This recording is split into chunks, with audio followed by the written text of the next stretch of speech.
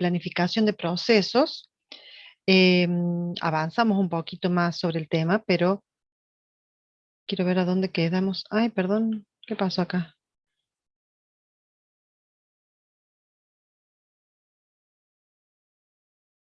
Empezamos con... Me dio el ataque de que se me borraron todas las filminas. No, era la bibliografía primero. Empezamos hablando de... voy a ir más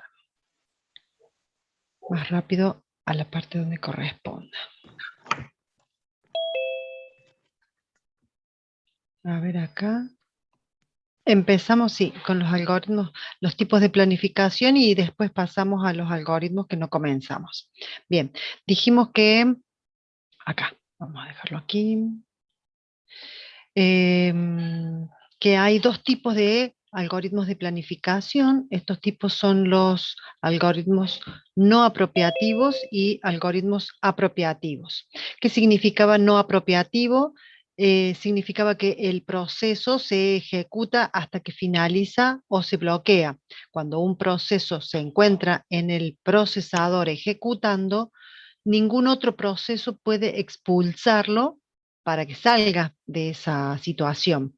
En cambio, un algoritmo apropiativo, cuando un proceso se está ejecutando, eh, se le da un tiempo de ejecución y luego se lo interrumpe, se lo saca del procesador para que ejecute otro proceso. A eso nos referimos cuando hablamos de algoritmos apropiativos y no apropiativos. ¿Mm? En este caso vamos a ver que hay dos tipos de distintos tipos de algoritmos que son los que se han visto. Hay muchos más que los que estoy nombrando aquí, pero vamos a ver los más sobresalientes y los más comúnmente analizados. Y dentro de ellos vamos a ver que algunos son apropiativos, algunos son no apropiativos. ¿Sí? Estos están orientados a sistemas de procesamiento por lotes y el segundo grupo está orientado a sistemas interactivos. En la forma de procesamiento por lotes sabemos que son ejecuciones de segundo plano, ¿sí? Son procesos grandes, lentos y que generalmente se ejecutan en segundo plano. Y los interactivos son los que son ejecutados en forma más rápida, cuando el usuario pide una pregunta, una respuesta, donde el proceso en sí mismo es muy sencillo, solo que necesita una respuesta más rápida. Bien, vamos a pasar a los algoritmos que son de procesamiento por lotes, y el primero que vamos a analizar es el FIFO o FCFS. Yo les recuerdo con esto que vamos a ver varios algoritmos, ¿sí? 4 y 4 por lo menos de cada uno, en la parte de procesos, pero también vamos a ver o analizar algoritmos cuando veamos memoria, cuando veamos entrada-salida. Entonces mi sugerencia es, cada vez que se pongan a estudiar un algoritmo o se aprendan el nombre de un algoritmo, siempre apréndanse el algoritmo de qué es. Algoritmo de planificación de procesos, primero en entrar y primero en salir. Apréndanse el nombre completo, porque después van a decir FIFO o FCFS, ¿y para qué era? ¿Era para memoria? ¿Era para procesos? ¿Era para entrada-salida? Entonces, si se aprenden el nombre completo, algoritmo de planificación, primero en entrar, primero en salir, van a saber a dónde lo van a aplicar en la planificación de procesos. Bueno, con esta salvedad empezamos con el algoritmo. Este algoritmo es muy sencillo, ¿sí? Es lo que se ejecuta normalmente en cualquier cola de supermercado, ¿sí? El primero que llega es el primero que se retira. Es un algoritmo no apropiativo. No apropiativo significa que el proceso entra a ejecutar y hasta que no termina de ejecutarse no sale del procesador. Por eso es un algoritmo muy sencillo de programar. ¿Mm? Imaginémonos que tenemos un proceso A, y llega luego un proceso B, se va formando una cola de trabajo, una cola de espera. donde van llegando los distintos procesos, ¿sí? El proceso A es el primero que ingresa al procesador y está en ejecución. Supongamos que ese proceso A que ya está en ejecución necesita datos. Está ejecutando y necesita datos de entrada-salida. Ese proceso A detiene su ejecución porque no puede seguir ejecutando porque necesita los datos de entrada-salida. Por lo tanto, ese proceso A pasa a un estado de bloqueado. Sabíamos que cuando un proceso está en ejecución, puede pasar a un estado de bloqueado buscando datos de entrada-salida. Y luego, ¿qué sucede con este proceso? Ese proceso A, que estaba en procesador, necesita datos de entrada-salida, pasa a un estado de bloqueado. ¿Cómo seguiría la situación? Estaba primero en la cola.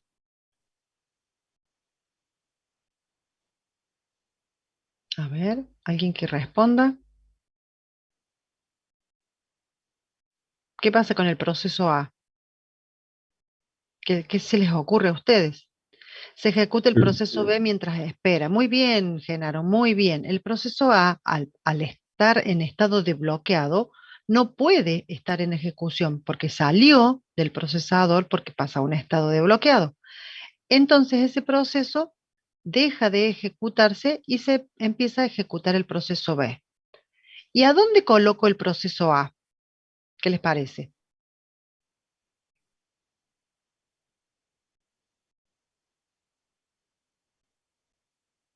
Sabemos que está bloqueado, está en memoria. ¿Lo ¿Cuál pongo en sería disco? No, no, no, está en memoria. Supongamos Ah, que está en memoria, pero en esta cola de espera, ¿a dónde iría a parar el proceso A? Al final, exactamente. El proceso A, como dejó de estar ejecutando y se fue al estado de bloqueado, pasa a ser un proceso más de los que están esperando. Por lo tanto, es como si llegara nuevamente por primera vez. Entonces va al final del proceso D, que son los C y D, son los que están esperando. ¿Sí? Entonces, ese proceso eh, A pasa al final. Se está ejecutando el proceso B, el proceso A obtiene los datos de entrada-salida, es decir, que ya le llegaron los datos o obtuvo los datos, estaba bloqueado, entonces el proceso A pasa al final de la cola. ¿Mm? Es decir, se ejecuta de cero, no, de cero, desde donde quedó, porque él ejecutó una cierta cantidad de instrucciones, necesitó datos de la entrada-salida, que pueden ser datos de disco, fue a buscar sus datos de disco, pero la parte que ya ejecutó quedó ejecutada, quedó con un contador de programa en una instrucción marcada y allí fue a parar al final de la cola donde se va a ejecutar el resto del proceso. Si no tiene ninguna instrucción de entrada-salida para que se bloquee, va a ejecutar hasta el final. Si llega a tener algún tipo de instrucción que lo bloquee nuevamente, vuelve al final de la cola. El proceso va a ejecutar siempre, pero cuando se bloquea, va a dejar liberado el procesador para que ejecute otro proceso. ¿Se entiende esto?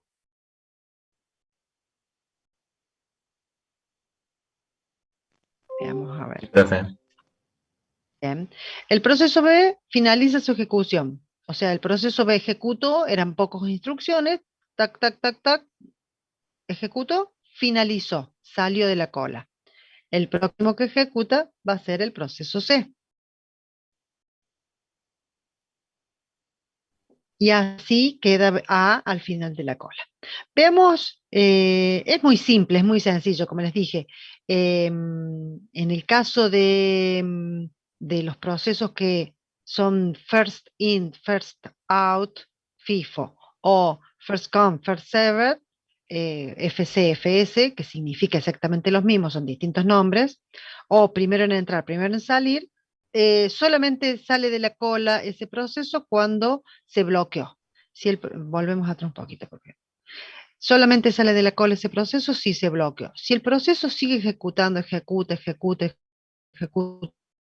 y no tiene ninguna instrucción que haga que se bloquee, el proceso puede terminar ejecutando todo el tiempo que necesite en el procesador.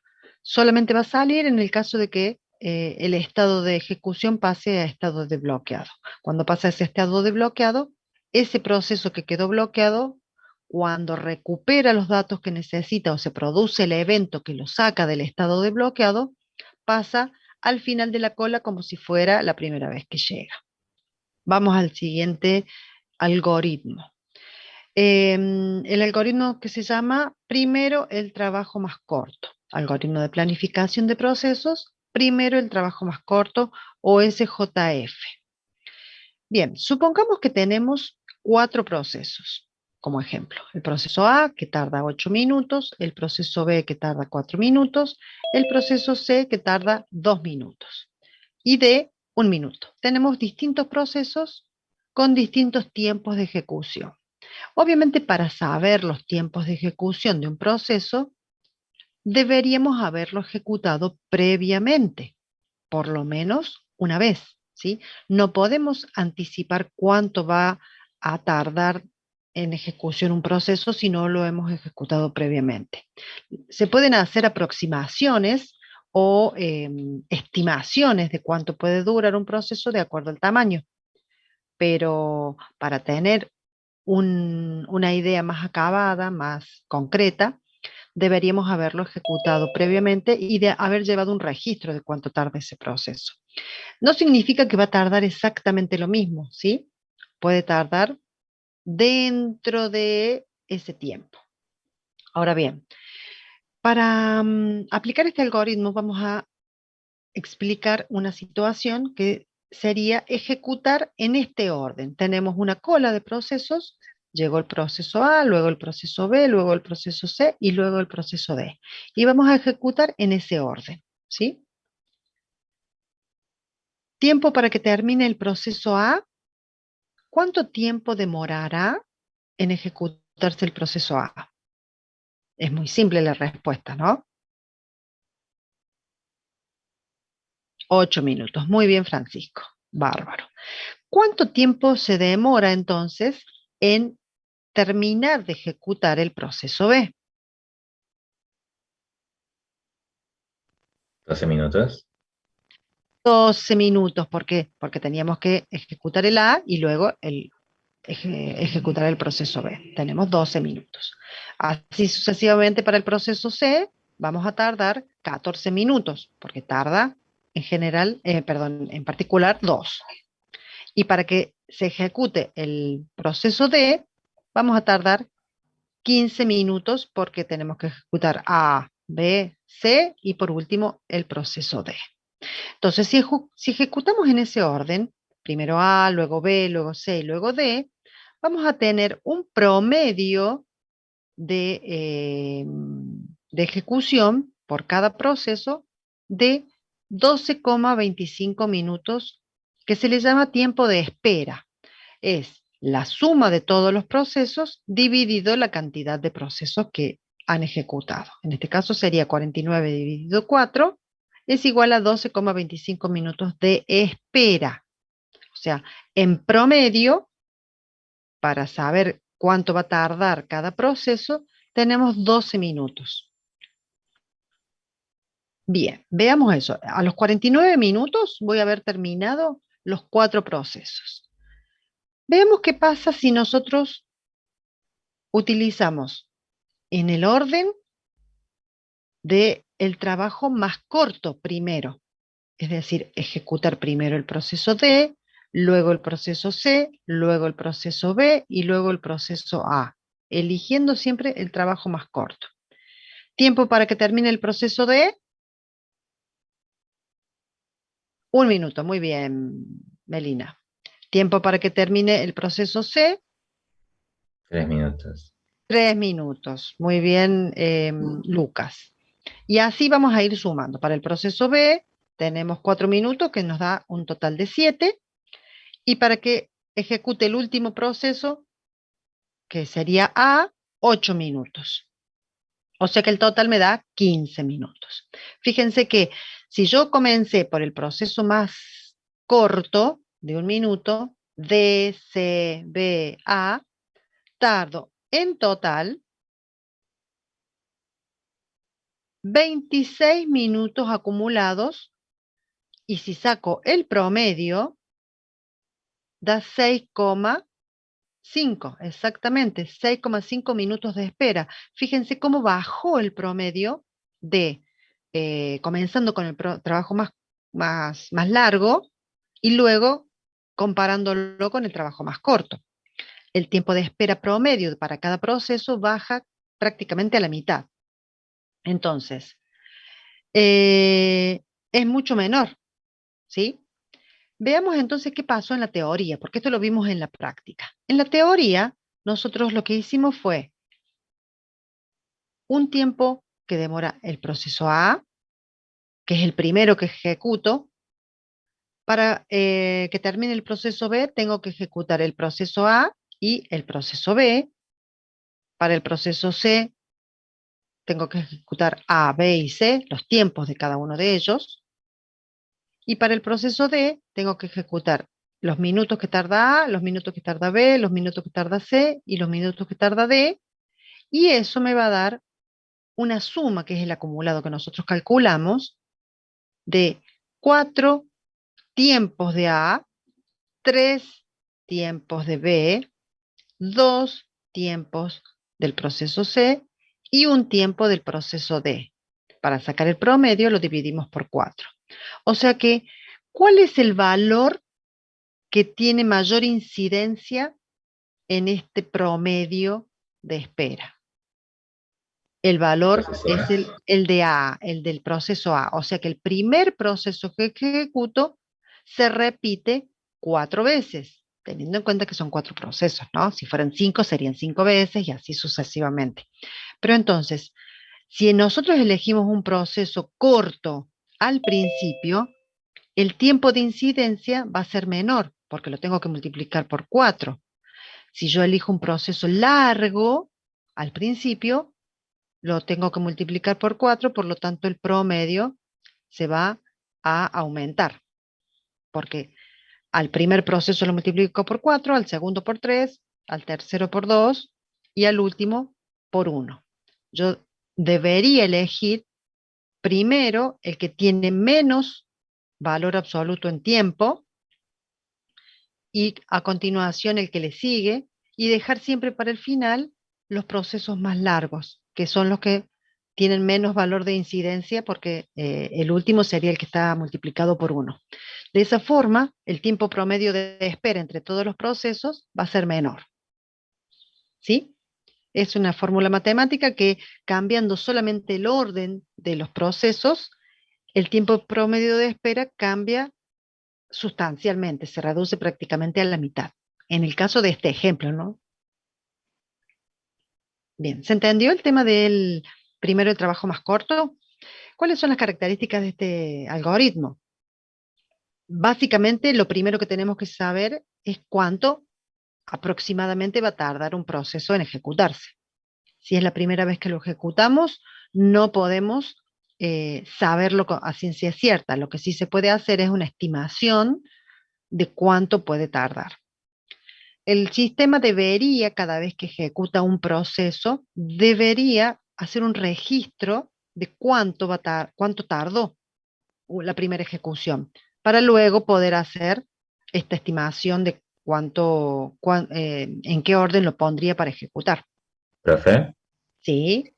esa estimación, por ejemplo, en Windows, cuando, no sé, quiero eliminar un archivo que sea grande y veo que, bueno, sale la barrita como diciendo que se está haciendo el proceso y dice tiempo restante, ¿esa sería la estimación que hace la computadora? Claro, porque supuestamente hay procesos, por ejemplo, para eliminar archivos, como dijiste, hay archivos que tienen un cierto tamaño. De acuerdo a ese tamaño, hace una estimación de cuánto va a tardar, o cuando voy a bajar o cuando voy a subir un archivo. Esa estimación lo hace con respecto a otros archivos que ya lo he realizado, ¿sí? Por más que el proceso, por más que el archivo que yo vaya a bajar sea nuevo, que nunca antes lo bajé, hace una estimación con respecto a archivos similares que ya ha bajado. Entonces calcula el tiempo que puede demorar. Fíjense que muchas veces la estimación me da que puede tardar 10 minutos y de repente me tardó 15. Bueno, ¿qué pasó en el medio? Y bueno, en el medio hubo otros procesos que se mezclaron o, por ejemplo, falló la conexión a internet, entonces el ancho de banda se disminuyó, eh, hubo ciertos otros factores que afectaron, entonces de esa forma la estimación estuvo bien, pero no se cumplió. Para este caso también los tiempos promedios son solamente o estimaciones o aproximados. Recordemos que ningún proceso puede ejecutar en el mismo tiempo si las condiciones son diferentes. Puede darse que haya otros procesos ejecutando al mismo tiempo o no haya ningún proceso ejecutando, entonces obviamente va a ser más rápido si no tiene que competir por el procesador. ¿Mm?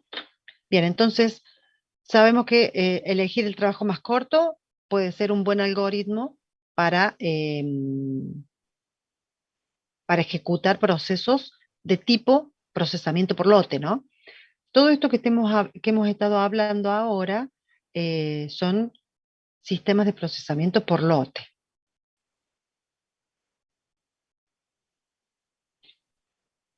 Se debe conocer de antemano el tiempo de cada proceso, eso es importantísimo recordarlo.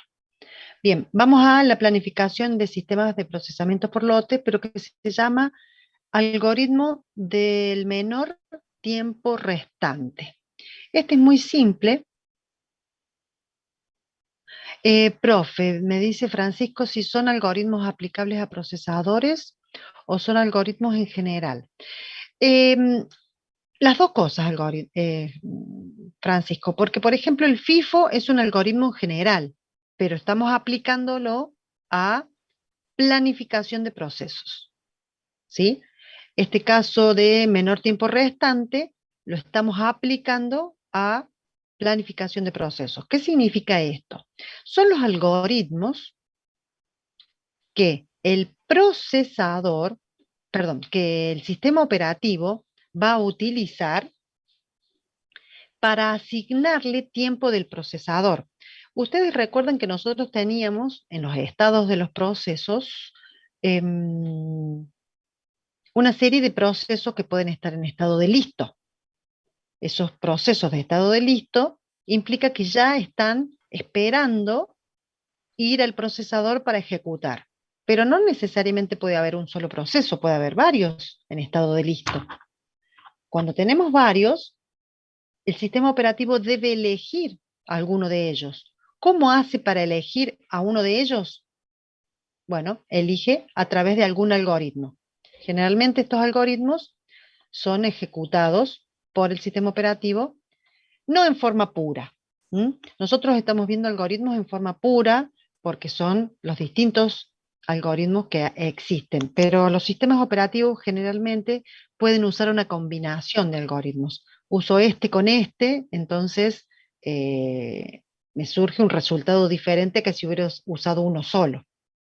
Pero nosotros vemos los algoritmos en forma pura, cada uno de ellos, y el sistema operativo puede hacer una combinación de esos algoritmos para elegir el próximo proceso a ejecutar. ¿Se está entendiendo a dónde apunta esto de los algoritmos? Son métodos que utiliza el sistema operativo para de la cola de procesos pendientes de ejecutar, que están listos, esperando, elija uno de ellos. Y que no sea el primero que entró, o sea, el primero que entró puede ser un método, pero si yo no quiero que sea el primero que entró, puedo usar el que tiene el trabajo, el tiempo más corto. O si no quiero que sea el tiempo más corto, puedo elegir el de menor tiempo restante, que lo vamos a ver ahora. O sea que va a depender, a ver qué dice, dependiendo de la necesidad va a ser cuál vamos a utilizar y cómo lo vamos a combinar si es que lo necesitamos. No, Francisco, el sistema operativo ya viene definido con alguno de estos algoritmos. ¿Sí? Cuando se diseña un sistema operativo, se elige cuál es el algoritmo de selección de procesos para planificar, perdón, de planificación de procesos para ejecutar, y se ejecuta ese algoritmo, siempre ejecuta el mismo. Ahora bien, puede ser que el sistema operativo esté diseñado con dos algoritmos combinados. Entonces, ejecuta este, luego este, en uno a continuación del otro, y surge el proceso que va a ser elegido, por ejemplo. O se ejecuta un algoritmo nuevo, que es la combinación de dos al mismo tiempo. Eso puede surgir como consecuencia digamos, del diseñador del sistema operativo. Generalmente son los mismos algoritmos porque son algoritmos que pueden servir, como decías vos, para otras cosas, para otros temas. Entonces, estos son los que se aplicarían a sistemas operativos. Veamos, dependiendo de... No, ya está. Veamos el algoritmo de planificación de procesos que se llama menor tiempo restante. Genaro, ¿el parcial teórico queda la misma semana que el práctico? Ah, no, Genaro. Me dijo el profe Cánovas que el día 2 de septiembre tienen ustedes el parcial. Sí, entonces la semana siguiente, que sería el 7 sería el lunes, sí, el lunes, no, lunes 7 no, perdón, lunes 7, martes 7, perdón, martes 7 sería el parcial teórico. Estoy analizando si llegamos al martes 7 o al martes 14, viendo con los temas. Si llegamos para el martes 7, sería ese martes, si no, el siguiente. Así que bueno, prográmense para el martes 7 y sobre la marcha de la semana que viene, ya viendo cómo vamos avanzando, veremos si lo paso una semana más o no. Todo va a depender de los temas que, digamos, que involucre. Que no sé si voy a llegar a dar todo, porque tengo que terminar ahora con planificación tengo que terminar con procesos y comenzar con memoria y terminar memoria. Entonces ahí veo cómo voy avanzando. Vamos bastante lento nosotros, así que espero que para el para el martes 7 estemos listos. Bueno, entonces agéndenlo martes 7 al parcial teórico. Vamos al algoritmo de planificación de procesos menor tiempo restante. SRTN. También lo pueden encontrar en la bibliografía. ¿Cómo funciona? Es un algoritmo apropiativo. ¿Qué significa que es apropiativo? Que cuando ejecuta un proceso y puede quitar procesador para que continúe otro proceso. Eso sería apropiativo. El planificador selecciona el proceso cuyo tiempo restante de ejecución sea el más corto. Por ejemplo, yo elijo un proceso que dura 10 segundos en ejecutarse. Está ejecutando y de repente llega un proceso corto para ejecutar que tarda un segundo. Este que estaba ejecutando tarda 10 y el que llega tarda un segundo. Es una pregunta-respuesta que necesito, pero que tarda un segundo. ¿Qué pasa con ese proceso que está ejecutando en ese momento? ¿Qué les parece?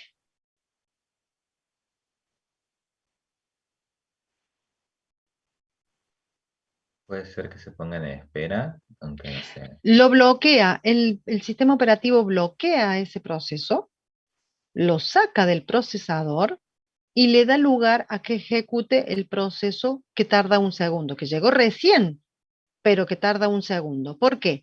Porque elige el que tiene menor tiempo restante de ejecución, es decir, sabe que ese proceso va a tardar un segundo y sabe que el otro va a tardar 10. Supongamos que ya ejecutó un segundo y le quedan 9. 9 por ejecutar u 8 para ejecutar. pero le quedan 8 y a este le queda 1 nada más. Entonces dice, me conviene sacarme los procesos cortos y dejar pendiente al proceso más largo en ejecución. Y lo hace esperar a ese proceso más largo. Por eso se dice que es apropiativo, porque lo bloqueo, lo detengo y le saco el procesador que estaba utilizando, pongo otro proceso a ejecutar para que termine y luego continúo con ese proceso que estaba ejecutando previamente. Si llegan 2 o 3 procesos que le falta más tiempo, supongamos que en el ejecuto el de 1 segundo, pasamos al del que tenía 8 segundos pendientes, ejecuta 1 segundo más, le quedan 7. Si llega un proceso que tiene tiempo de ejecución 5 segundos, le va a dar, lo va a detener al proceso que le faltan 7 y va a darle al que tiene 5 de demora. Lo va a ejecutar y recién le va a dar el tiempo al que le quedaban 7. Es decir, que siempre va a ir mandando al final de la cola al que tenga más tiempo pendiente para ejecutar. No es un algoritmo muy, muy útil, ¿no? Porque a los procesos largos los está tirando al fondo de la cola. Pero recordemos que son sistemas de procesamiento por lotes. ¿Qué tenía en particular estos sistemas de procesamiento por lotes? Que se ejecutaban en background, en segundo plano. Entonces, si los ejecutábamos en segundo plano, se suponía que no tenemos tanto apuro en que nos dé una respuesta. Siempre el tiempo de respuesta para los interactivos es mucho más demandante, mucho más urgente que para los de segundo plano, que son un poquito más light, menos exigentes. ¿Sí? Es un algoritmo, es digamos, un enfoque que se le da, que no me parece tan bueno, pero es posible de utilizar. Después empezamos con los algoritmos de sistemas interactivos. Estos de los sistemas interactivos son sistemas, digamos, procesos un poquito más cortos en el tiempo, son para usuarios interactivos, por lo tanto no se van a ejecutar en segundo plano. Entonces vamos a necesitar respuestas más rápidas. Este algoritmo de round robin es un algoritmo apropiativo. ¿Cómo funciona el tema del algoritmo round robin? Es uno de los más antiguos, más simples, más equitativo, más imparcial y más utilizado. Veamos de qué se trata. A cada proceso se le asigna un quantum de ejecución. Para definir el quantum, primero definimos cuánto va a ser ese quantum. El quantum es un tiempo determinado igual para todos. Por ejemplo, 20 milisegundos o 10 milisegundos. Vamos a usar un número fácil, 10 milisegundos. Si un proceso va a tardar 50 milisegundos en total, va a usar 5 quantums. Se define así.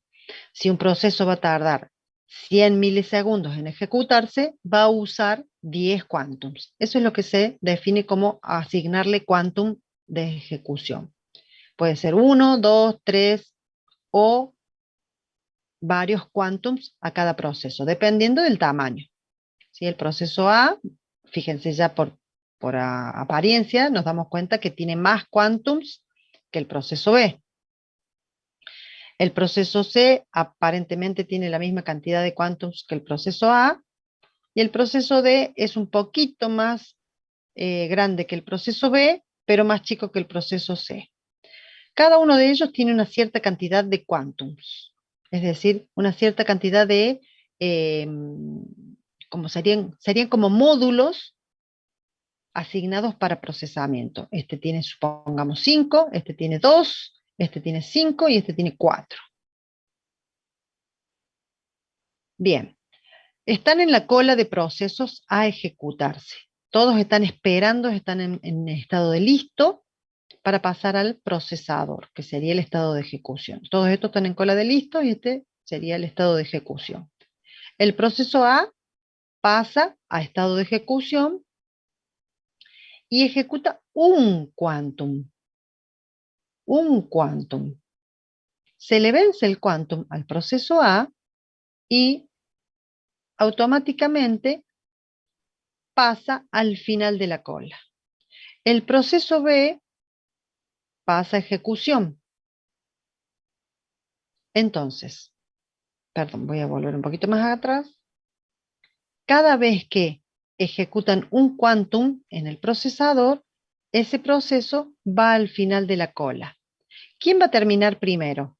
¿Qué les parece a ustedes? El El que proceso B. tenga un tiempo igual al quantum que se tiene. Claro, supongamos que el proceso B tenía 2 quantums, ¿sí? Pero el proceso C tiene 5, el proceso A tiene 5, el proceso D tiene 4. Entonces, como van todos de a uno, de los quantums, de a un tiempo por vez, el que tenga menos quantums es el que va a terminar primero en ejecutarse, de acuerdo a el orden de que fue quedando en la cola.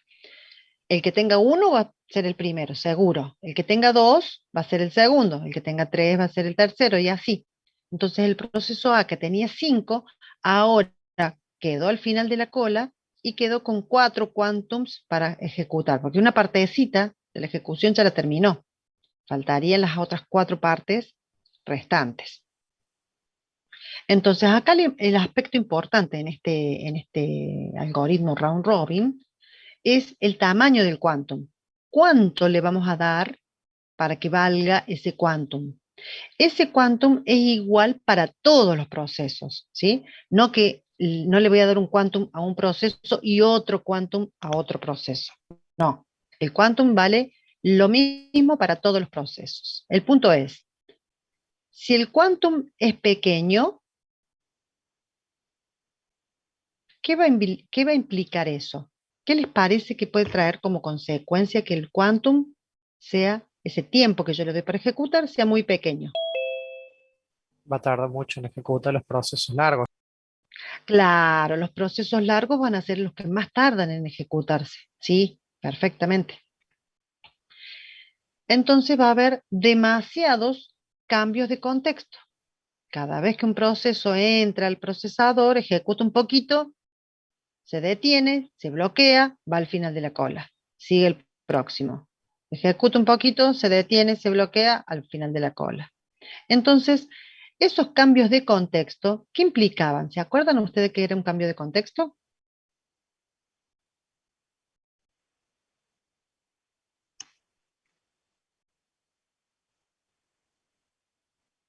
Nadie se acuerda que lo que era el cambio de contexto. Cuando nosotros ejecutábamos un proceso, teníamos el bloque de control. En ese bloque de control se guardaban todos los registros relacionados con un proceso. Cuando está ejecutando, el procesador va guardando los datos de ejecución y cuando ese proceso pasa a estado de bloqueado, porque tiene que salir del procesador por algún motivo, tiene que guardar todos esos datos, sacarle una fotografía de todos esos datos que estuvo ejecutando. ¿Para qué? Para que cuando vuelva a ejecutar, recupere todos esos datos. Por lo tanto, el cambio de contexto implica que el proceso deja de ejecutar y el procesador se dedica a guardar todos los datos para la próxima ejecución.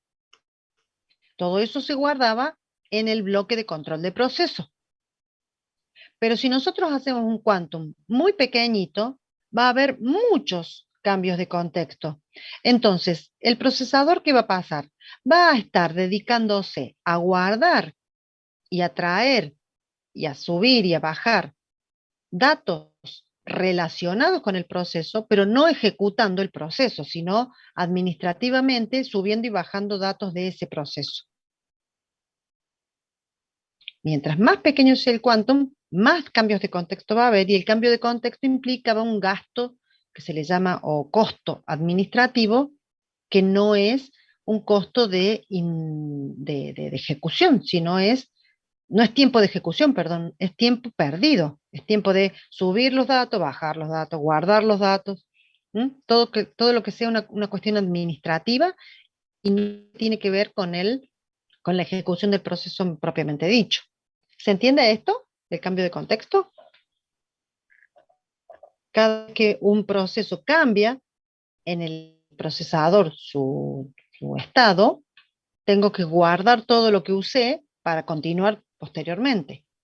Pero no puedo perder nada de lo que estaba ejecutando. Lo guardo temporalmente, subo del nuevo proceso todos los datos relacionados, ejecuto el segundo proceso. Detengo el segundo proceso, guardo todo lo del segundo proceso, subo lo del tercero. Y así voy subiendo y bajando datos de contexto que implican que voy a perder tiempo preparando el terreno para ejecutar. ¿Sí? ¿Se entiende eso? Entonces, mientras el quantum sea pequeño, va a haber demasiados cambios de contexto. Bien, sería más conveniente tener quantums muy grandes, es decir, que de una sola vez ejecuto todo y no tengo que estar subiendo y bajando tantas veces los procesos. ¿Qué desventaja debe tener esto? ¿Qué les parece cuando el quantum es muy grande?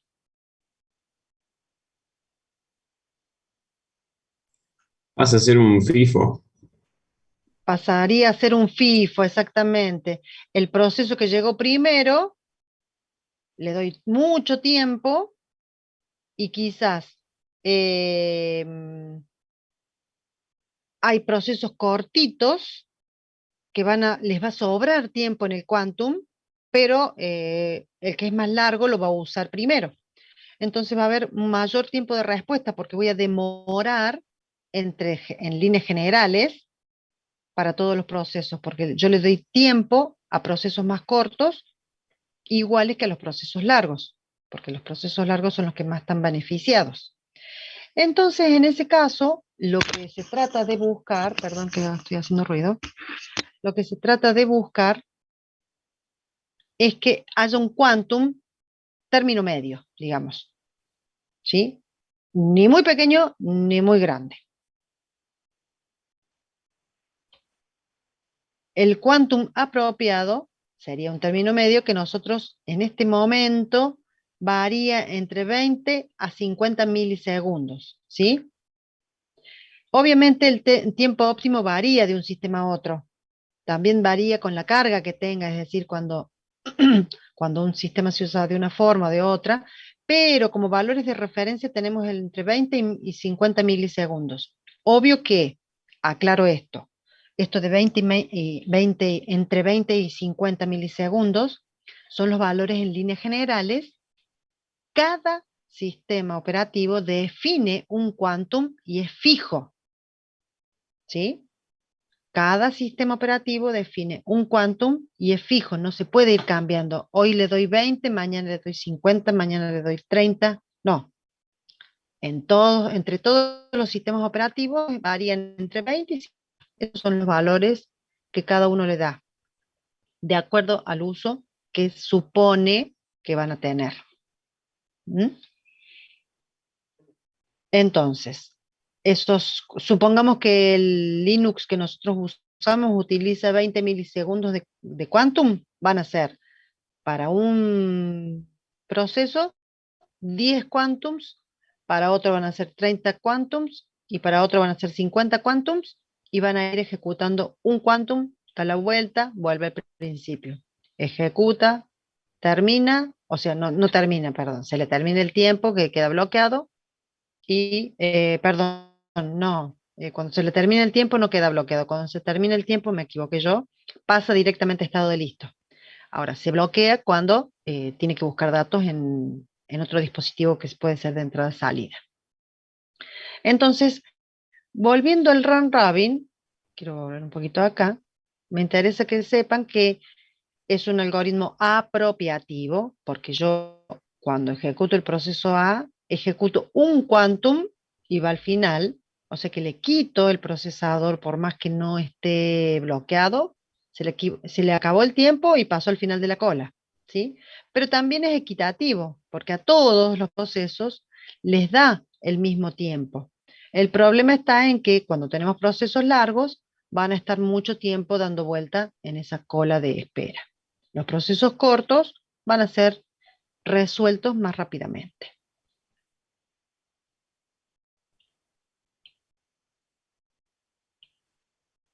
Bien, pasemos al siguiente algoritmo. Este algoritmo se llama algoritmo de planificación por prioridad.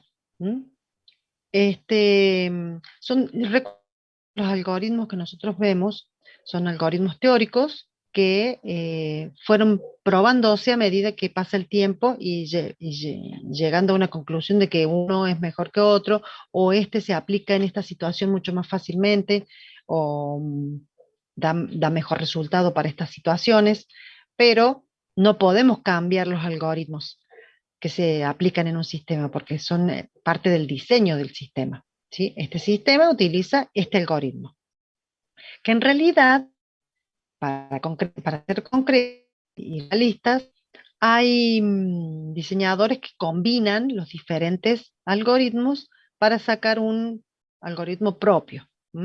Nosotros estamos viéndolo en forma pura. Bien, a cada proceso se le asigna una prioridad. Nosotros sabemos que podemos darle prioridades a los procesos. Esas prioridades van a depender de ciertos criterios que se van a fijar y van a tener distintas prioridades. La asignación de prioridades puede ser en forma estática o puede ser en forma dinámica.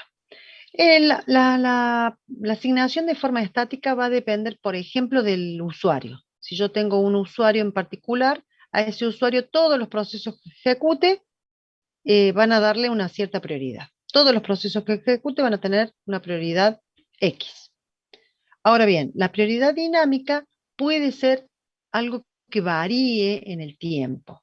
Entonces, dependiendo de cómo se distribuyan los procesos y qué necesidad tenga, puedo variarlo. Eso sería una prioridad dinámica que ya vamos a ver cómo puede suceder.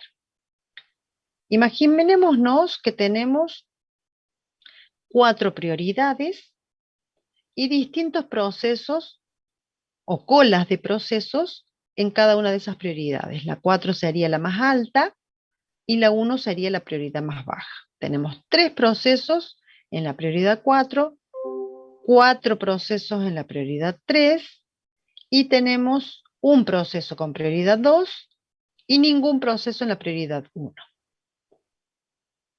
Bien. ¿Cómo funcionaría este algoritmo? Déjenme ver si tengo algo más posterior. No está. ¿Cómo funcionaría este algoritmo? Según la prioridad, yo voy a elegir ejecutar todos los procesos que estén en la prioridad más alta.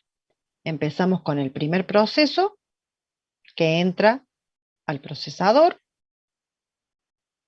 Supongamos que este es el procesador.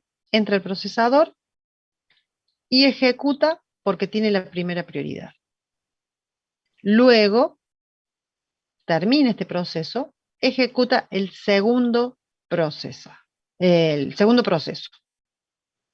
Y luego ejecuta el tercer proceso. Los procesos de prioridad 3, 2 y 1 van a estar esperando. Y si llega un proceso en el medio con prioridad 4 nuevamente, van a seguir esperando los procesos de prioridad 3. Esto trajo como consecuencia lo que se le llama un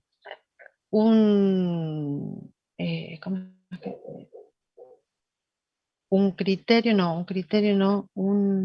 bueno, no me sale el nombre de qué es, pero es la inanición, el concepto de inanición.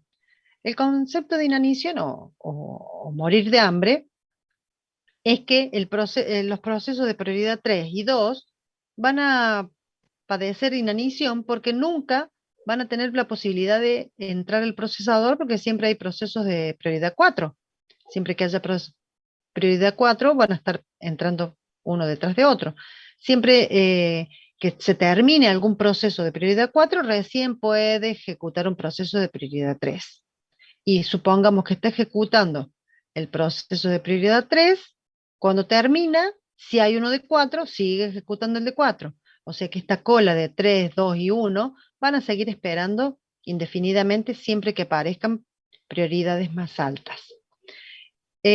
¿A cada prioridad se le pueden agregar más procesos mientras estén ejecutándose? Sí, porque son colas de espera, Francisco. Entonces, todos estos algoritmos siempre tienen, digamos, alguna desventaja. O sea, yo ejecuto los de prioridad alta, pero si siguen llegando nuevos, los de prioridad más baja siguen esperando. Ahora bien, yo puedo cambiar prioridades, sí. Puedo decir, bueno, a estos procesos les puedo ir cambiando la prioridad. ¿Se acuerdan que ustedes en la práctica han visto cómo cambiar prioridades a procesos que ya están ejecutando?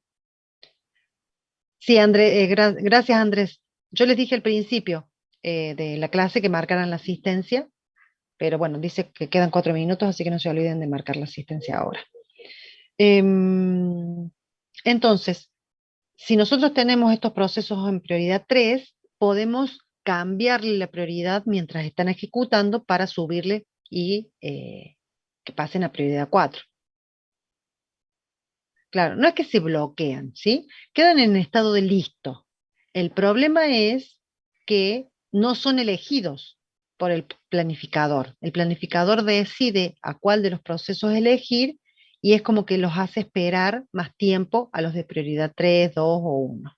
No están bloqueados porque están en estado de listo. Las colas estas son de estado de listo, están ya listos para entrar, están esperando. Están con las zapatillas puestas para correr, pero sin embargo no pueden correr. Están en el punto de largada, quien dice. Entonces, las prioridades son las que van definiendo.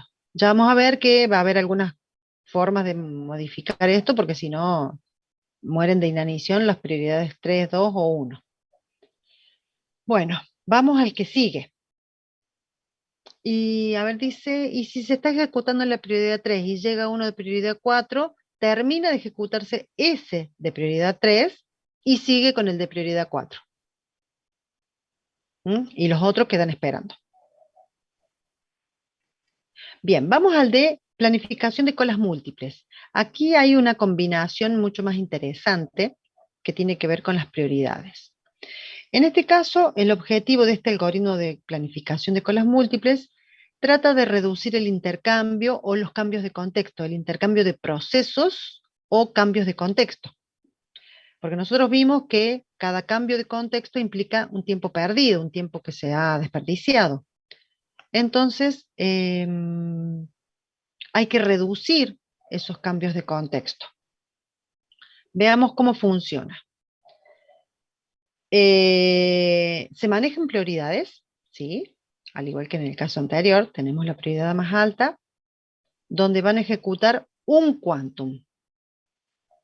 Es decir, que todos los procesos que tengan la prioridad más alta van a ejecutar un quantum, uno solo.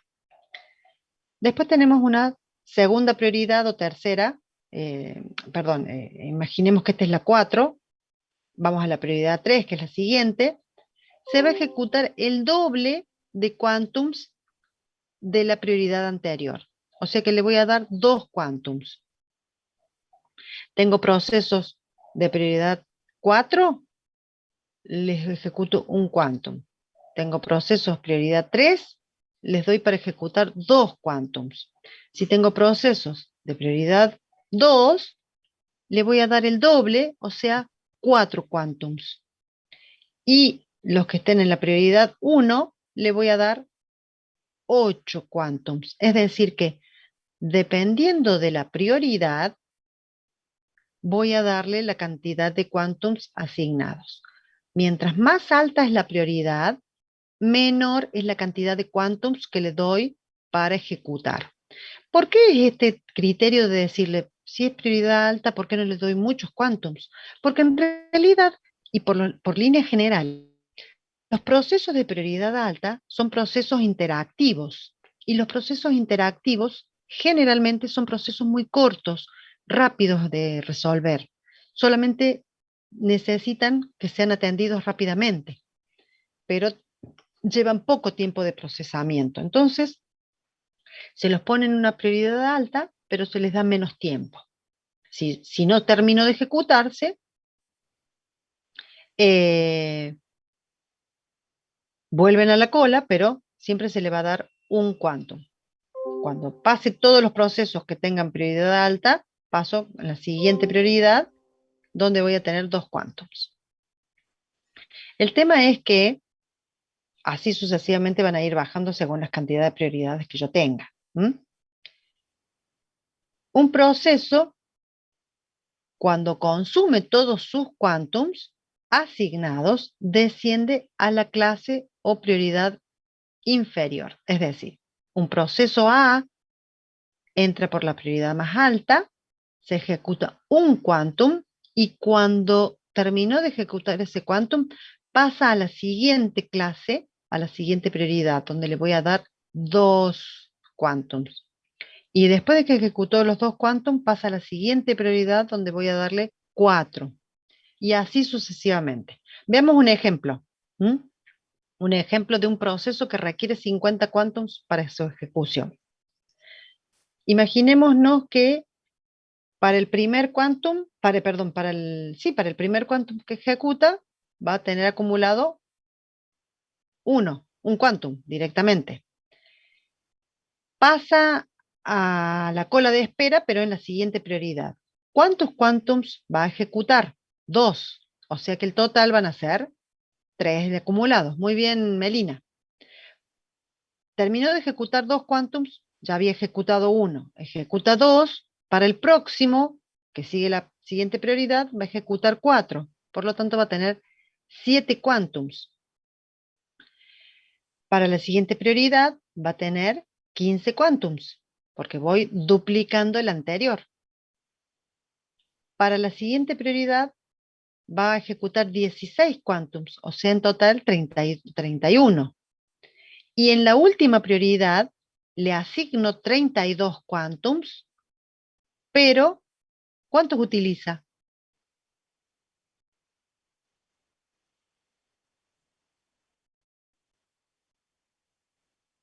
Bien, bien, Juan. Utiliza 19 quantums. De los 32 que le di, ¿qué pasa con el resto de los quantums? ¿Queda el procesador esperando? No, pasa otro proceso. Claro, porque ya terminó, ya pasó a estado determinado. Entonces, cuando pasa en estado determinado, esos 11, 12, esos 12, 13 quantums que sobran, se pierden, o sea, no es que se pierden, desaparecen porque pasa directamente al siguiente proceso. Entonces, en total, cubre los 50 quantums, de los cuales solo utilizó 19 de estos 32. ¿Y cuántos cambios de contexto realizó?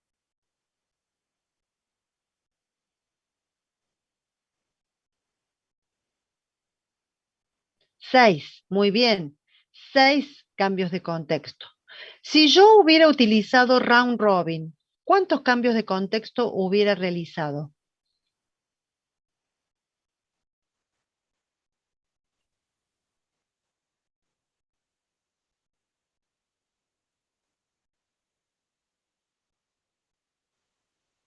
¿Se acuerdan cuál era round robin?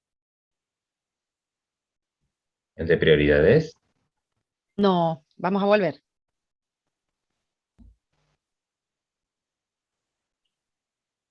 Esperen que estoy perdiendo acá el round robin.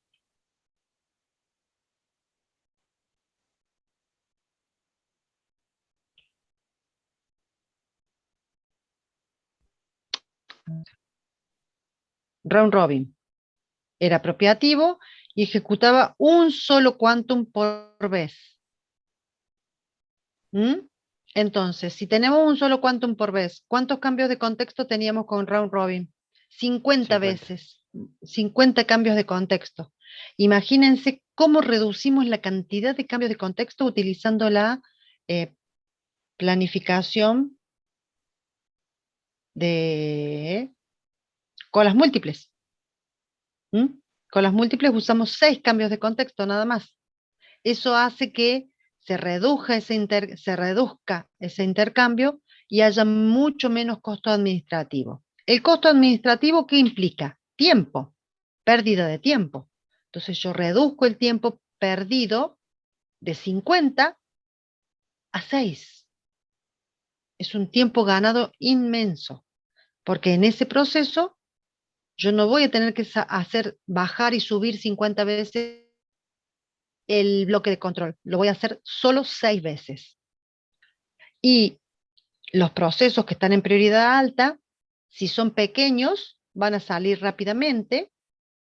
Si les queda mucho resto para ejecutar, van a pasar para las siguientes prioridades. Pero si no, puede ser que se manejen entre la primera y la segunda.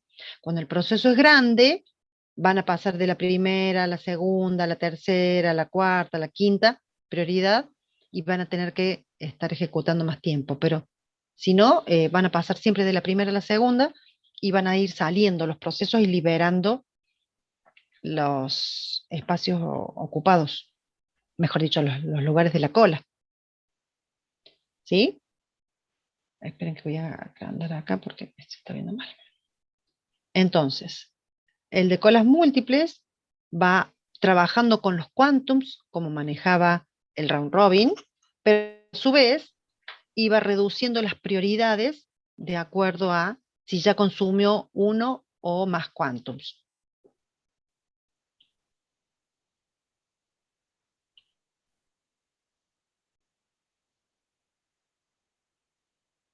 Luego tenemos por último la planificación garantizada. Es un algoritmo de planificación garantizada. Este algoritmo se basa en la cantidad de usuarios que ingresan al sistema. Tiene en cuenta qué usuarios ingresan al sistema y establece un compromiso con esos usuarios, tácito, obviamente no es que tengan que firmar nada, sino que va contando los usuarios que se conectan y dice, ¿hay N usuarios conectados? Bueno, cada uno de ellos recibirá 1 sobre N de tiempo de la CPU. Si hay 5 usuarios, lo divide por 5. Si hay 10 usuarios, lo divide por 10. Si hay 20 usuarios, lo divide por 20. O sea que fija como una tabla donde va a guardar para cada usuario cuánto tiempo de ejecución le va a dar de acuerdo a la cantidad de usuarios que hay en el momento que ingresó ese usuario. Periódicamente se va calculando el tiempo de la CPU utilizada por el usuario y la CPU prometida. ¿Por qué? Por ejemplo, yo hoy entré y me conecté y había 3 usuarios. Por lo tanto, divide 1 sobre 4. Pero más tarde entraron más usuarios, ¿sí? Más usuarios que se conectaron y ya tengo menos tiempo para trabajar. Pero a mí me prometieron que yo iba a tener 1 sobre 4. Entonces, eso que utilizó lo calcula de acuerdo a lo que le prometió y saca un promedio o un valor para ver cuánto ese usuario necesita seguir utilizando de la CPU. El proceso utilizó menos CPU de lo prometido, entonces le sigo dando tiempo para que ejecute. Si el proceso utilizó más de la CPU de lo prometido, lo hace esperar y le da a otros procesos tiempo de ejecución. Así sería, digamos, el criterio que utiliza este algoritmo. ¿Sí? Supongamos, tenemos el proceso A, el proceso B, el proceso C y el proceso D. Si el proceso A le da este promedio 0,30, significa que usó menos de lo que se le prometió. Si el proceso B me da 0,50, utilizó la mitad de lo que se le prometió. Si el proceso B, ese promedio que saca acá, me da 1,20, significa que usó más de lo que se le prometió y el proceso D mucho más. Por lo tanto, ¿cuál va a ser el primer proceso que voy a elegir para que ejecute?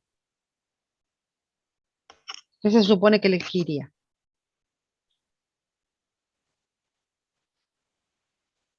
El A, obviamente, porque es el que menos tiempo utilizó de lo que se le prometió. cuando va subiendo los cálculos, supongamos que le dan quantums, ¿sí? Pero va usando este promedio hasta que vaya subiendo. Cuando quedó por encima de 50, al próximo proceso que le va a dar tiempo va a ser al B. Si este quedó supongamos que el proceso A quedó en 0,60, se detiene, pasa al proceso B, que tiene 0,50, sigue ejecutando, vuelve a hacer los cálculos, cuando le da mayor que cualquiera de los anteriores, se detiene y vuelve con el inferior. Y a estos los sigue haciendo esperar. ¿Cuál va a ser el último? El proceso D. Por más que sea más largo el proceso, tuvo más tiempo de ejecución de lo que se le había prometido. Por lo tanto, esos cálculos se van a ir haciendo a medida que vayan pasando el tiempo periódico, y siempre va a hacer esta tabla de una lista de procesos, y el que tenga el menor valor va a ser el elegido para ser ejecutado. Eso sería planificación garantizada. Va a depender de la cantidad de usuarios.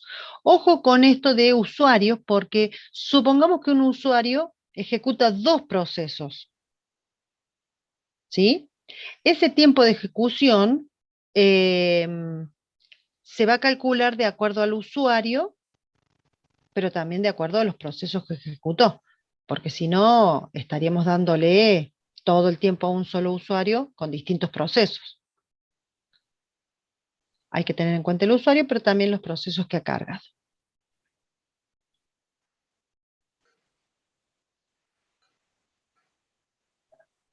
Bien, con esto terminamos el tema de los algoritmos de planificación. Recuerden lo que les dije al principio de los algoritmos, que deberían tener en cuenta el nombre, algoritmo de planificación de procesos, y el nombre, para que no se olviden cuando tengan que hablar sobre el tema. Vamos a pasar ahora, déjenme ver un cachito, vamos a pasar ahora a las filminas de el tema de memoria, que es lo que vamos a comenzar el día de hoy, para ver si podemos avanzar un poquito más rápidamente. El temario, compartir.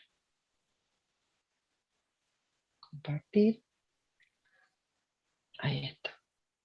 Administración de memoria, no la subí a esta. La otra filmina sí, pero esta no, ya se las voy a subir.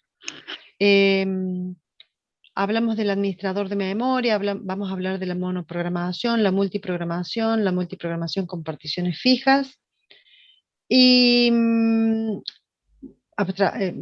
distintos temas. Lo que quiero que les quede claro es que cuando hablamos de memoria, vamos a ver distintas técnicas, que son todas estas que vamos a ver acá, pero básicamente lo que se utiliza ahora es la memoria virtual.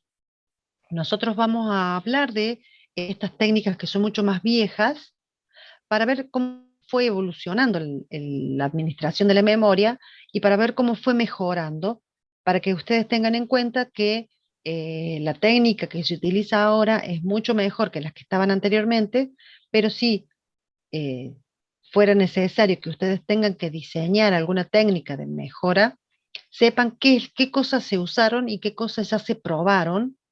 Por eso es que vemos las técnicas viejas.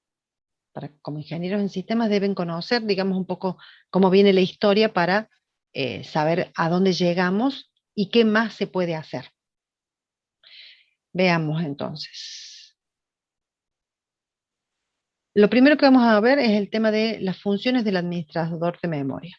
¿Qué suponen ustedes que puede hacer, o a qué se va a dedicar el administrador de memoria? El módulo del sistema operativo que se dedica a administrar la memoria.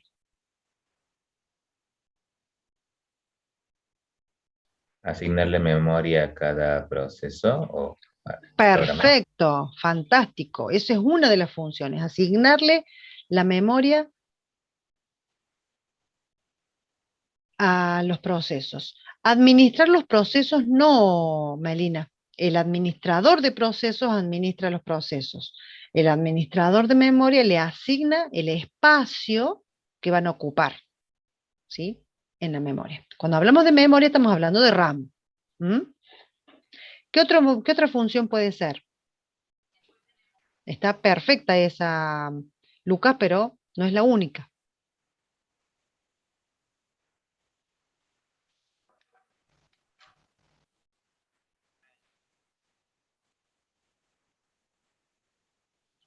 Así como asigno, desasigno también, ¿sí? Cuando digo este proceso va a ocupar este espacio, cuando ese espacio se desocupó porque el proceso ya terminó, también tengo que decir que quedó libre, ¿sí?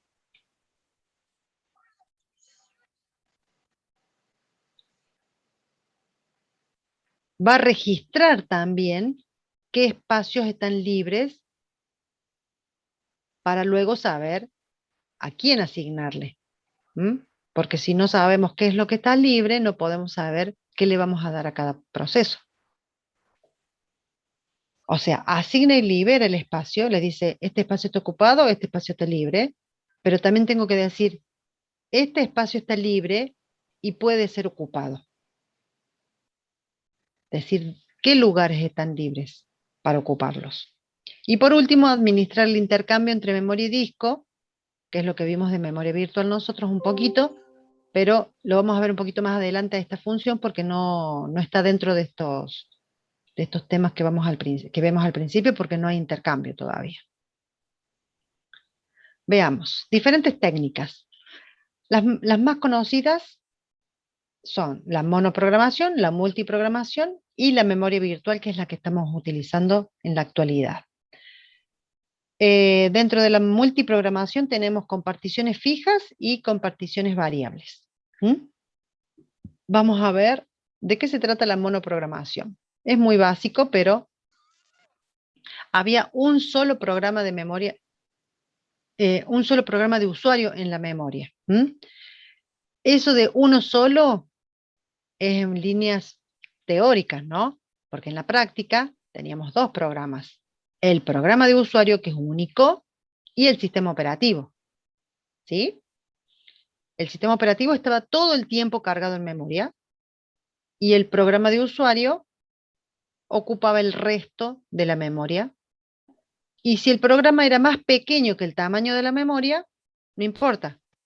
Toda la memoria estaba asignada para ese usuario. ¿Se imaginan de qué se trata? Un solo proceso ejecutando por vez y hasta que ese proceso no termine, no podíamos ejecutar otro. Un ejemplo de este sistema de monoprogramación es el DOS. Ejecutábamos un proceso y hasta que ese proceso no terminaba, no podíamos hacer nada. Imagínense cuando yo he usado DOS, monoprogramación, cuando estaba en la facu y queríamos imprimir. Teníamos que usar el programa que imprimía. ¿Qué pasaba? La máquina quedaba bloqueada solamente para imprimir. No podías hacer más nada que sentarte a mirar cómo salían las hojas de la impresora. Nada más que eso, porque la máquina se ocupaba para imprimir. Me imagino a ustedes el ataque de nervios que les agarra estando en esa situación. Ahora que ustedes quieren hacer todo ya, y 10 cosas a la vez. Mientras hacen una, hacen 2 o 3 más. ¿Se lo imaginan ustedes en esa situación? Ya no podría vivir. No podrían vivir, tal cual. Les da un ataque, se pegan un tiro en la cabeza, no sé. No sé qué harían. Bueno, pero era así. Ponen la máquina, enchufan la impresora, ponen clic, imprimir y sentar a mirar y que no se trabara, que no trabara la impresora, la hoja, lo que fuese, porque tenía que empezar todo de nuevo. No, era terrible. Bueno, un proceso por vez, solo se asigna memoria. ¿Por qué?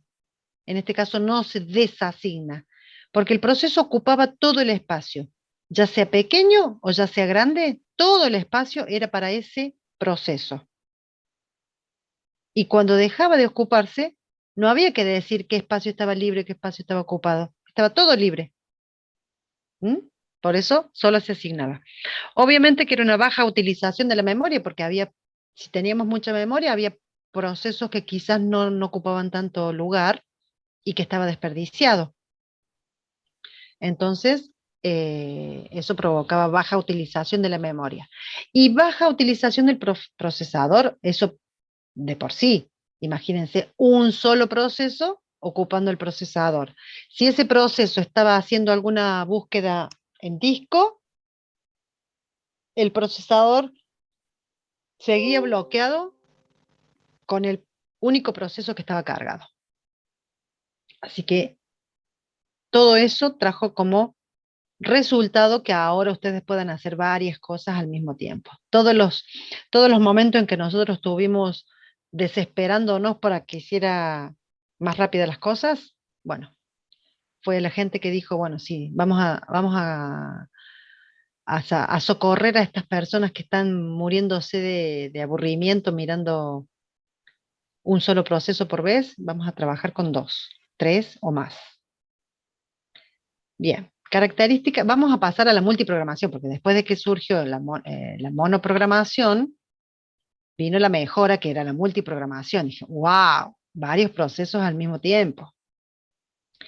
Las particiones fijas eran una de las del método multiprogramación, pero con particiones fijas. Teníamos varios procesos que se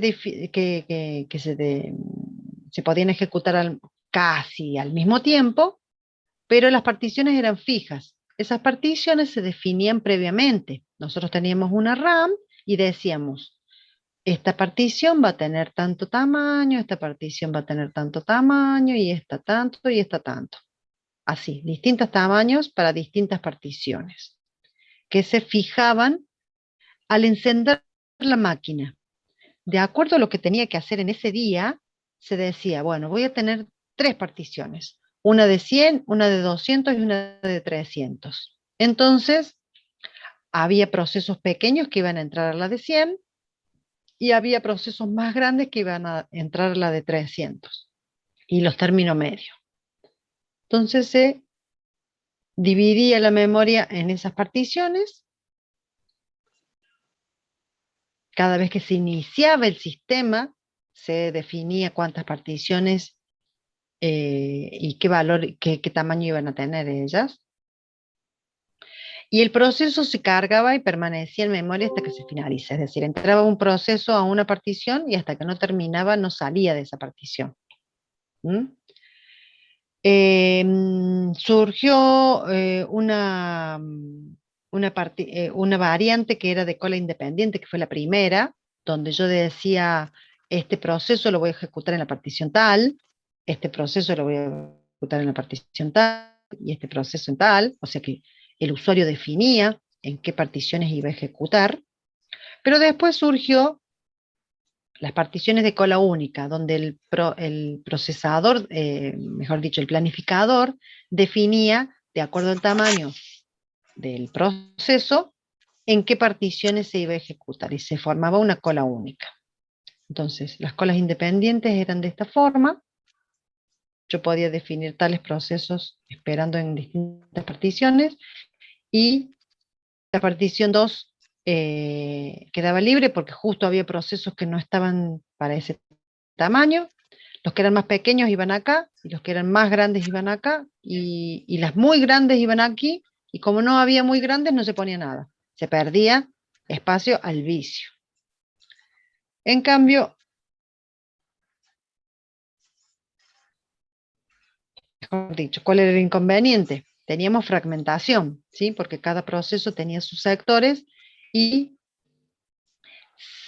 se usaba, no, round robin no, porque no había planificación de tiempos. O sea, un proceso entraba y hasta que no terminaba de ejecutar no salía. ¿Sí? Lo que sí se hacía era asignar de acuerdo al tamaño del proceso a qué partición iba a entrar. Recuerden que los métodos van surgiendo de acuerdo al tipo de ejecución. Sin multiprogramación, está bien lo de aplicar algún algoritmo porque le toca a uno a otro, pero acá hasta que el proceso no terminaba de ejecutar no salía de esa partición. La fragmentación externa era el inconveniente más claro. ¿Por qué? Porque imagínense que este proceso, el segundo y el tercero y el cuarto, quizás no eran del mismo tamaño. Eran pequeños, pero no todos del mismo tamaño. Y quizás eran más pequeños que la partición. Por lo tanto, esa partición que tenía 100 y yo le daba un proceso de 80, de 60 o de 70, quedaba inutilizado un sector de la memoria porque no estaba usado por ninguno de los procesos. En el próximo, esta partición tenía, supongamos, 200. Si este proceso tenía 150, yo desperdiciaba 50 porque los 200 estaban reservados para este proceso. Por más que tuviera 150, 160, 170, se le reservaba 200. Para la partición 1, supongamos que tenía 400, acá teníamos 320, 350, sobraba. Eso provocaba fragmentación externa. ¿Mm? Eso con respecto a las colas independientes. Después se fijó una multiprogramación con particiones fijas, pero que era con cola única. Es decir, de acuerdo a la cola iban llegando, no iban haciendo colas cada una por tamaño, sino todos los procesos iban a una cola única. Y de acuerdo a la partición libre que había, asignaba el proceso. Se buscaba primero la partición más apropiada al tamaño, pero si no había una partición apropiada, volvía a la cola, al final de la cola. Es decir, que este proceso que era pequeño, le tocaba la partición 4 o la 3 quizás, pero ya la 2 no, porque era demasiado grande, entonces volvía a la cola al final. Lo que pasaba es que los procesos pequeños no eran seleccionados, porque generalmente había particiones, si yo, por ejemplo, definía particiones grandes y eran muy pequeños, era como que buscaban usar la partición 4, que era la única pequeña, y tenían que esperar muchísimo tiempo. Entonces eso surgió como inicio y al poco tiempo se mejoró usando una solución de una marca para los procesos, para no ser excluido más de 2 veces, 3 veces, 4 veces. Entonces, si este proceso quería entrar a la partición 4, la partición 4 estaba ocupada, a este proceso lo mandaba al final de la cola, pero le ponía la marca 1, por ejemplo, es decir, ya había sido rechazado una vez. Cuando llegaba ese proceso, supongamos que quedaba en esta posición ya, tenía el 1 y la partición 4 seguía ocupada, le ponía un 2, volvía a la cola. Y si la X era un 3, yo decía, bueno, llega este proceso, tiene un 3, ya no lo puedo excluir y mandarlo de nuevo al final de la cola. Entonces con 3 lo pasaba a cualquier partición libre que estuviera y lo tenía que ejecutar. Esa, digamos, fue la solución que se encontró para no excluir a los procesos pequeños. Se buscaban los procesos adecuados al tamaño, pero también se los marcaba para que no fueran excluidos muchas veces. Bien. Qué hambre que tengo, che. 13:28. Bien, vamos a dejar aquí el tema de las particiones fijas y... no, acá seguimos. ¿Cuál es el grado de multiprogramación que logramos con las particiones fijas? ¿Cuál les parece a ustedes que sería el grado de multiprogramación?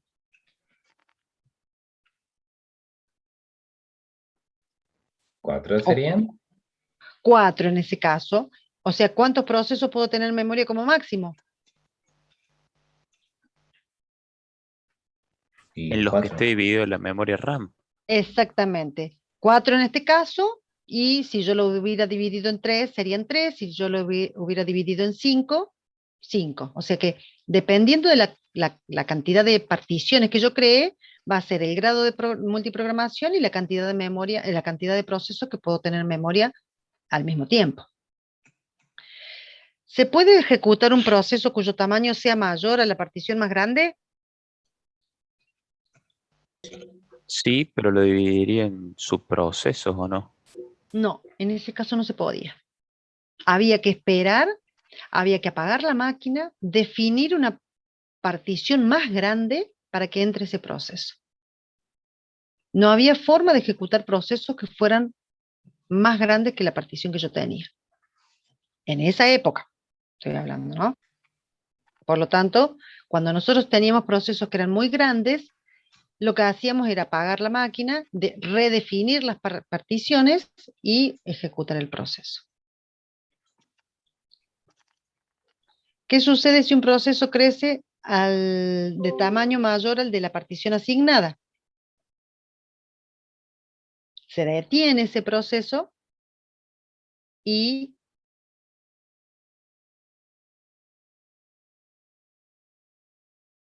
¿Se cancela? y queda bloqueado, exactamente. Se cancela. Así que había que, digamos que los programadores tenían que tener muy claro cuánto podía crecer un proceso y qué tipo de actividades podía realizar.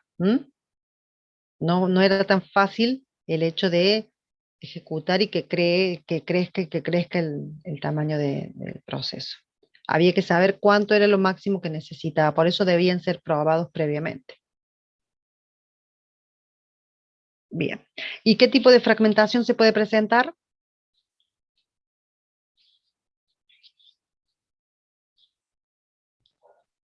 ¿Era externa? Externa, sí, externa. Bien. Cortamos acá. ¿Se acuerdan la diferencia entre fragmentación interna y externa?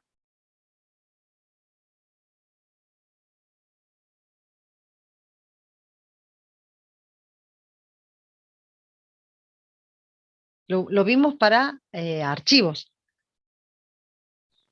La fragmentación interna no tenía que ver con, ¿cómo era? En esas celdas, Las celdas. Las posiciones de celdas que ocupan. memoria. Claro. En este caso solamente se ve la externa, ¿sí?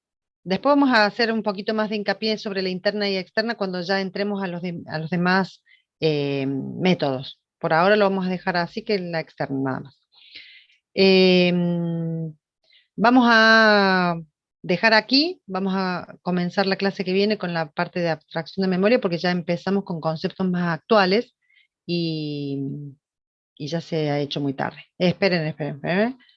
Voy a cortar acá, subo esta filmina para que ya la tengan para la clase que viene y, y revisen un poquito todo esto para que cuando la clase que viene comencemos ya no tenga que repetir.